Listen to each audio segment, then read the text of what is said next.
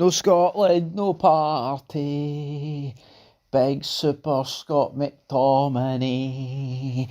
Welcome back, guys, to the channel. To be wrong not to talk about this again. Already did a big review last night with Jambo Belt over on Fog Football. And yeah, I mean, what a night, what a day. I was going to say a weekend. I mean, it's not the weekend, but we're partying like it's the weekend. We've made it to the first World Cup since 1998, right? France 98. I wasn't even alive, so it's the first in my lifetime, the first in a lot of people's generations have missed out on this, and it is great to see it firsthand. I mean, honestly, the Euros is great, right? Can't fault the Euros. Love it when it's on. But I think we can all admit that the World Cup's different gravy. And speaking of different gravy, that last night was different gravy, right? The drama, I mean, I was on the floor, I was behind the couch, I was on the roof, everybody was getting pelters. It was insane, that game. I mean, yeah, speechless, man. I was heartbroken, and like when they made it to each. Dorgu, good finish for him. I mean, questionable defending, I guess you could say, for us, but I mean, the contrast, the emotions, and I said that during the Greece game on Fog Football a couple of days ago. It's like that 10, 12 minute spell where they went 3-0 up and we brought back to 3-2, but then Belarus went 2-1 up against Denmark. I said, you're probably never going to get a 10-minute period like that. It's like too soon, because they tend to happen not too often in football, and then lo and behold, 3 days later, we go 2-1 up, they make it 2 each, we then make it 3-2, there's a red card in there as well. Alright, maybe adding a red card is not exactly, maybe that's stretching the 10-minute period, but you get where I'm coming from, folks, right? The period of the game where it was goal, red, goal, far, shite, hanging on, Kenny McLean. Honestly, man, Kenny McLean, what a man. Never doubted him. It wanted him in every single Scotland squad. But in all seriousness, fuck it. I don't care. The guy has to be in the Scotland squad for that alone. Yeah, I mean, I was listening to Super Scoreboard, and Gordon Duncan's like, he scored the final penalty to get us to Euro 2020. He scored the winner against Norway, which essentially at that point sealed us to get into the Euro 2024.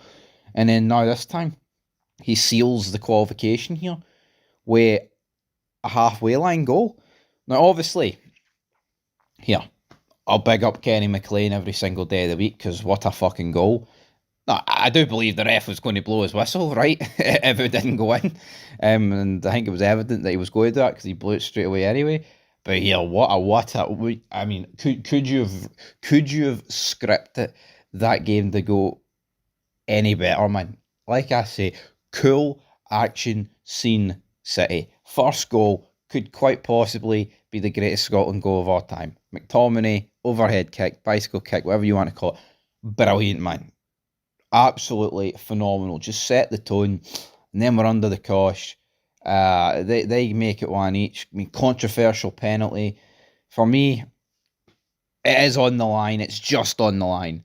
We can debate pens all day, but if that's one of our players getting brought down in that exact situation, we're wanting a penalty, right? And you know what? The referee got it wrong on the field, and then they overturned it on the VAR. Then, of course, we got the red card for Denmark. Again, I think he got this wrong. Not going to give two monkeys because, you know, it fucking, honestly, who knows how the game plays if they don't go down to 10 men. But for me, I think it was a bit harsh. But at the same time, if you're on a yellow, don't do anything stupid to make the referee give you a second yellow. And I think what this guy did was stupid. I don't think we can sit here and pretend anything otherwise. It was idiotic. I mean, literally carbon copies of each other.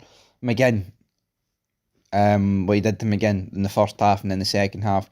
Shankland came on with Adams, gets the second goal. And I was fuming, man, because we went 2-1 up and then we sat back. They make it 2 each. Dorgu.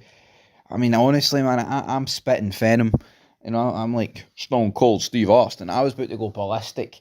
But then, well, I say I was about to go ballistic. I was on the floor, man. I was hiding. My heart couldn't take it like most people, man. I was bricking it. I had my hands over my face watching that. And then Kieran Tierney, who I mean, by his own admission, by a lot of people so far this season, he's not had the greatest return. He's not had the greatest season. But what a goal by Kieran Tierney. Phenomenal finish, man. Just curls it into the top right hand corner. That'll make for an awkward next exchange between him and Casper Schmeichel. And then, I mean, Kenny McLean just to wrap it up, man. The halfway line. I mean, Shanklin's goal is phenomenal, right? Even though it's like the shitiest tap-in you'll ever see in your life, and Casper Schmeichel is just pish. But the other three goals, like, just epic. Absolutely epic, those goals. Honestly, man. Tears in my eyes as we got over the line. Phenomenal. Moments like that don't come often in football. Fuck hell. Moments like that don't come often in life. Waiting for something that you care about so much after so many years never happened in my lifetime and a lot of other people. So I'm buzzing. And hi, roll on the Americas in the summer. Canada, Mexico, or United States of America. We'll be there. Be there, be square. I've already did a bit of research into the pots, and we can definitely get a favourable draw, man. But here, obviously, we worry about what we can do at the tournament. But in terms of right now, it's party mode. It's Red Bull vodka time, baby, just like it was last night. So aye, Scotland's there, absolutely fantastic. Yeah, still have my thoughts about our style of play, etc., etc. But you know what? I'm going to shut the fuck up because Steve Clarke has got us to 3 out of 4 tournaments. You can say what you want about, it's easier, blah, blah, blah, blah. He qualified the hard way with the Euros 2024, and he's qualified the old-fashioned hard way again here by topping the group for the World Cup. Regardless of what you think of the guy, he has achieved what no other Scottish manager has done in charge of the nation. And for me, it is literally factual that what he's done for us.